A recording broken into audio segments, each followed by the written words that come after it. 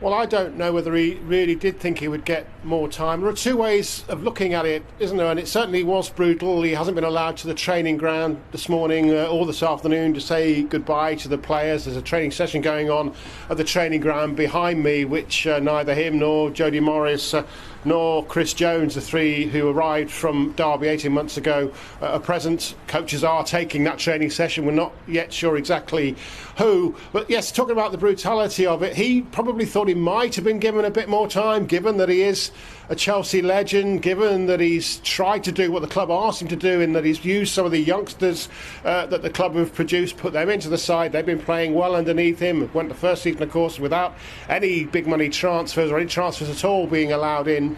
But of course, with the money that was spent in the summer and with the downturn in results in the last 50 days or so. 50 days ago Chelsea were top of the Premier League. 50 days ago Frank Lampard was named on the shortlist for Premier League Manager of the Month. They're in the FA Cup still. They're in the final stages of the Champions League still. They won the FA Cup last season. They qualified for the Champions League last season despite all those difficulties without any transfers being allowed. So perhaps he thought, given that and given the fact that there are banners all over the stadium with his name on it, everything he'd done for the club, he might be given more time. But of course he said himself when he arrived, he knew what the club wanted, he knew the challenge, he knew the history of Roman Abramovich for getting rid of managers who don't win titles or challenge for the title, and so therefore probably he isn't that surprised when all's said and done.